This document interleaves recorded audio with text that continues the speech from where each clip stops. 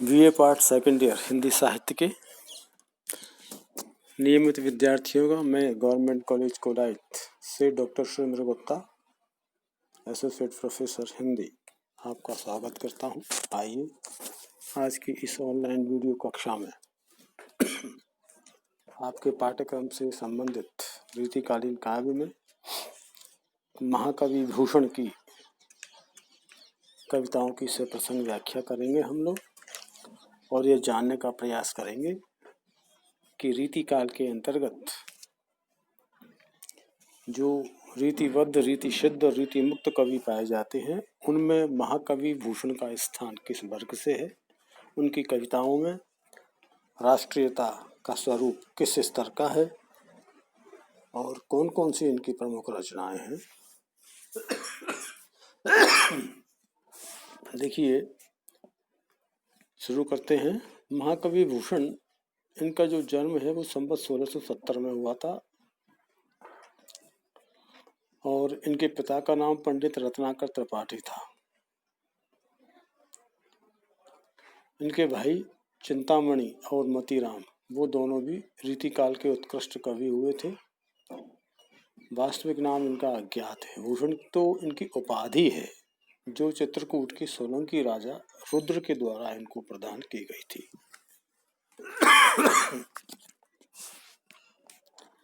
छत्रपति शिवाजी के आश्रित कवि रहे महाकवि भूषण और उनकी प्रशंसा में उन्होंने पर्याप्त काव्य की रचना की थी।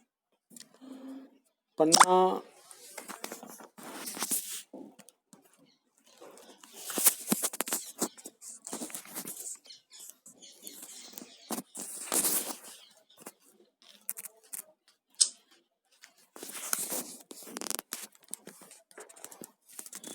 नगरी के महाराजा छत्रसाल के यहाँ भी उनका बहुत ज़्यादा मान सम्मान था।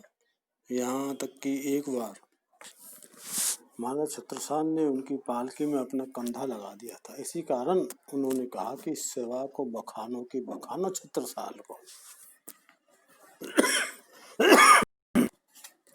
भूषण के शिवराज भूषण शिवा बावनी छत्रसाल दशक नामक सर्वप्रसिद्ध ग्रंथ लिखे उन्होंने राष्ट्रीय काव्य की श्रेष्ठ रूप में रचना की है। आधुनिक दृष्टिकोण से चाहे उन्हें राष्ट्रीय कवि न कहें, जातीय कवि कहा जाए, किंतु उस समय के परिस्थिति को देखते हुए उनकी कविता राष्ट्रीयता से ओतप्रोत मानी जाती है। उन्होंने अपने काव्य में ऐतिहासिकता का भी पर्याप्त पालन किया। रीतिकाल के श्रृंगारिक वातावरण में श्वास लेते हुए भी उन्होंने वीर रस के काव्य का सृजन किया।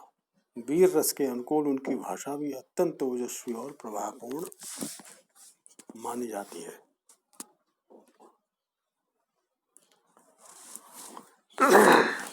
कविवर भूषण का हिंदी साहित्य के इतिहास में विशेष स्थान है। उनके काव्य का जो सबसे महत्वपूर्ण पक्ष है वो इस बात में है कि उन्होंने इसकी जो रचना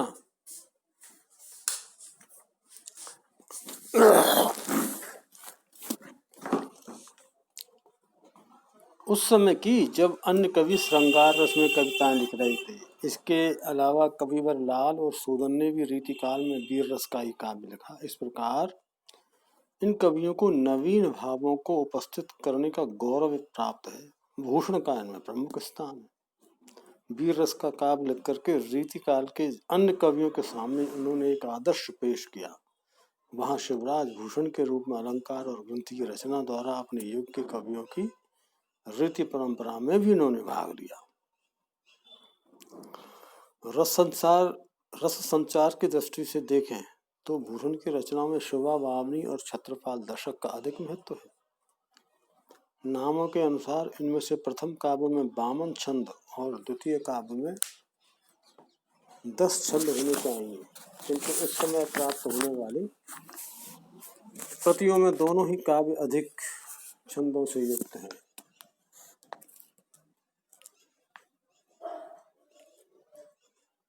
इन दोनों काव्यों में क्रमशः महाराजा शिवाजी और महाराजा छत्रसाल की वीरता का वर्णन किया गया है। शिवराज भूषण की रचना में भूषण को इतनी सफलता नहीं मिली इसका कारण यह है कि उन्होंने इस काव्य को हृदय की प्रेरणा से नहीं लिखा। यह मात्र एक अलंकार ग्रंथ है और इसमें अलंकारों के लक्षण और उदाहरण देने में उनकी प्रतिभा स्पष्ट दिखाई देती है।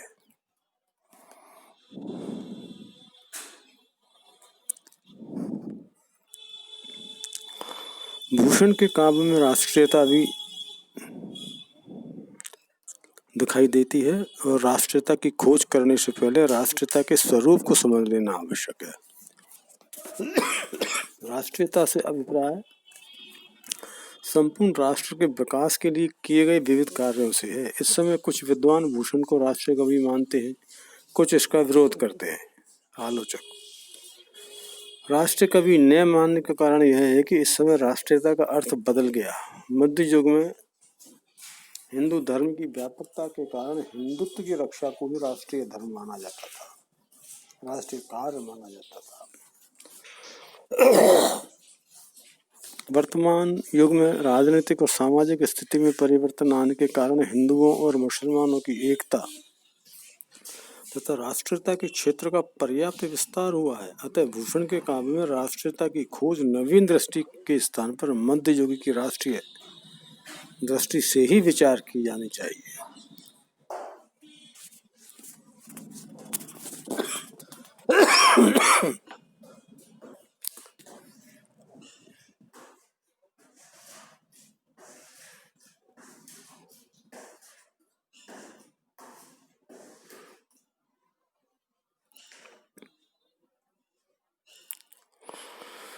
भूषण के काव्य की आलोचना करते समय हिंदुत्व को राष्ट्रीयता का प्रतीक मानने पर हम देखते हैं कि इन्होंने अपने काव्य में हिंदुओं के सामाजिक और राजनीतिक विकास की सर्वत्र कामना की है। इस प्रकार इस युग में हिंदुत्व के प्रमुख जो सचेतक हैं महाराजा शिवाजी और छत्रसाल के यश का भी इन्होंने भरपूर वर्णन किया। उन्होंने अपने काव्य में हिंदुओं के सामूहिक कल्याण को आवश्यक मानते हुए विदेशी शासन के भार से मुक्त होने की इच्छा प्रकट की है। अतः यह स्पष्ट है कि मध्य युग की राष्ट्रीय दृष्टि के अनुसार हम भूषण को राष्ट्रीयता से युक्त कवि मान सकते हैं।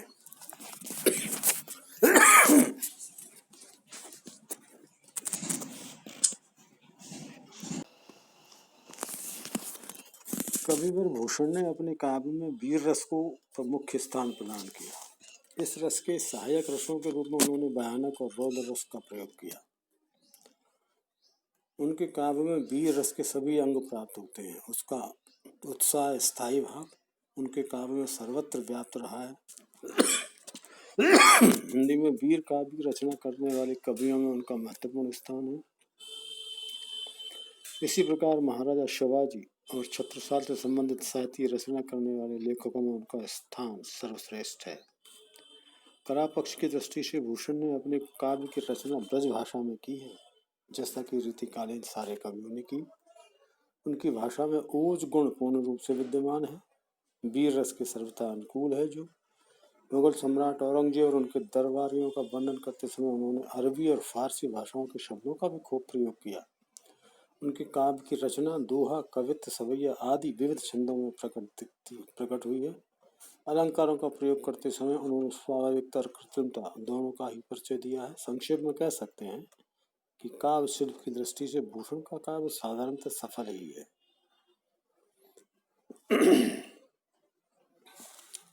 अब इनके पदों की व्याख्या हम करेंगे।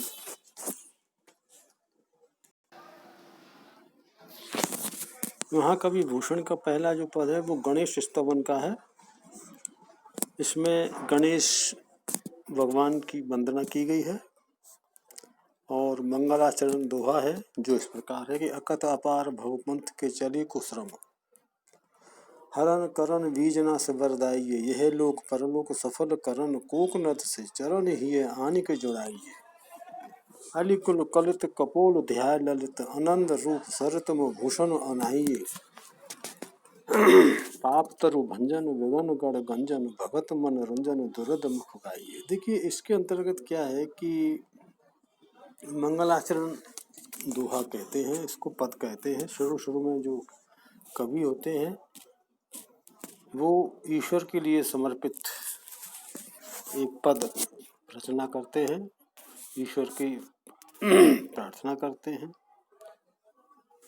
और यहाँ पर भूषण ने भी वही रास्ता अपनाया, उसी परंपरा का निर्वाह किया है। यहाँ पर इष्ट देव की वंदना करते हैं और उनमें इष्ट देव के रूप में वो गणेश जी की वंदना करते हुए लगते हैं कि अकथ अपार भव पंथ के चले कुश्रम। यहाँ पर भूषण कहते हैं कि संसार का जो रास्ता है अत्यंत विकट है। अकथ अपार, भव पंथ भविष्य का रास्ता, पंथ संसार का जो रास्ता है वो बहुत ही अपार विकट है, अत्यंत विकट है। चलने से उत्पन्न होने वाली थकान बहुत होती है उसमें।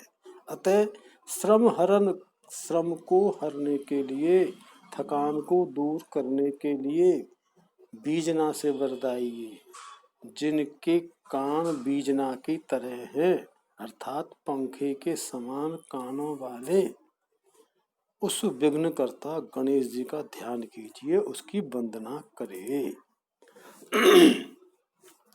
यह लोक परलोक सफल, वे इस लोक और परलोक में सफल करने वाले हैं, लोक और परलोक को सफल करने वाले हैं गणेश जी भगवान।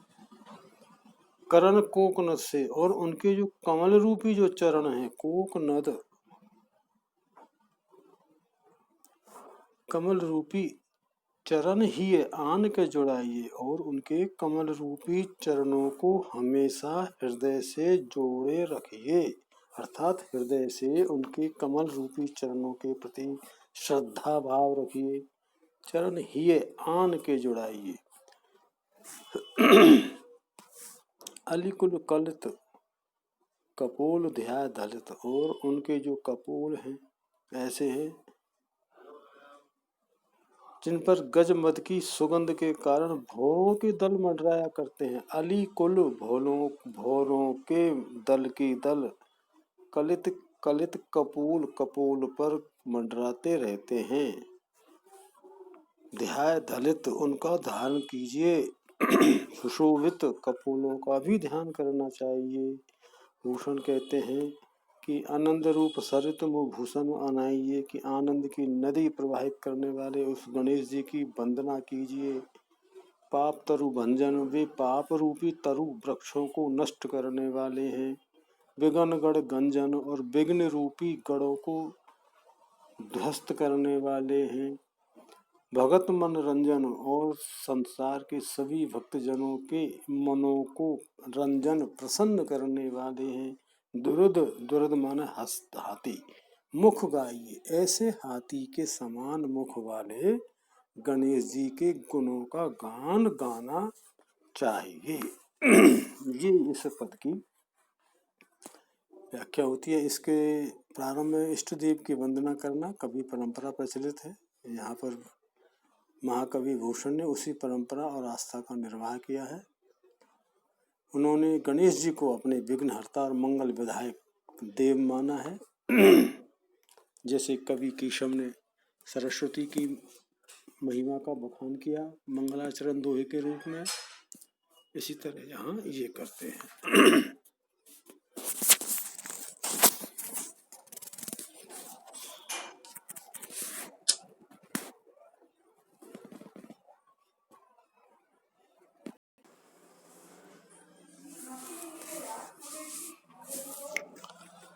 आगे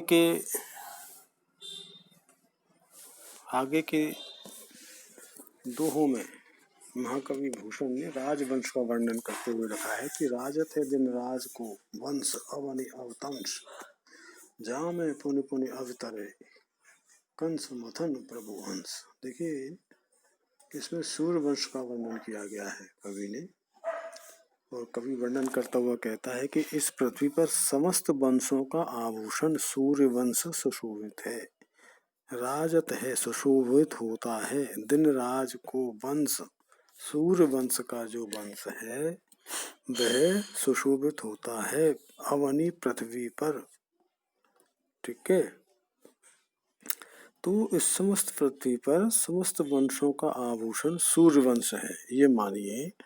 इस सूर्यवंश में ही भक्तों का उद्धार करने वाले कंस जैसे दुष्टों का नाश करने वाले भगवान विष्णु ने अपने अंश रूप में बार बार अवतार धारण किया है। जहाँ में पुनि पुनि अवतरे, जिसमें बार बार में उद्धार बार बार में अवतार धारण करते हैं। कौन? कंस मथन, कंस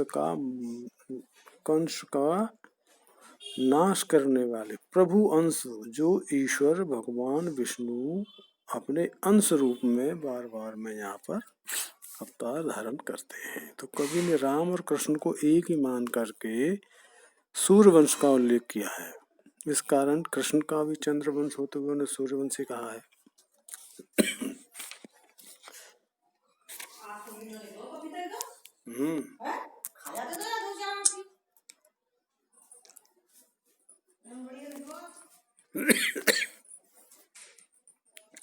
महावीरता वंश में भयो एक अवनीश, लियो भरत सिसोदिया, दियो ईश को शीश। इसमें सिसोदिया नामक वंश का उल्लेख किया गया है। कवि कहता है कि ऐसे बलशाली सूर्यवंश में एक बलवान राजा हुआ।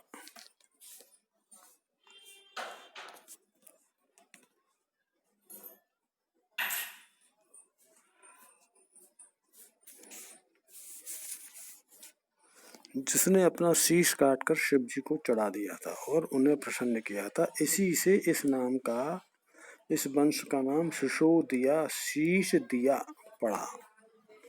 तो महावीरता वंश में, महावीर मतलब बलशाली, बहुत बड़ा वीर। इस वंश में बहुत बड़ा एक बलवान राजा हुआ था। भयो एक अवनीश, बहुत बड़ा एक राजा हुआ। लियो बिरद सिसोदिया, उसने शीश देख दियो ईश को शीश प्रदान करके ली और अपना यश कमाया था सिसोदिया के रूप में।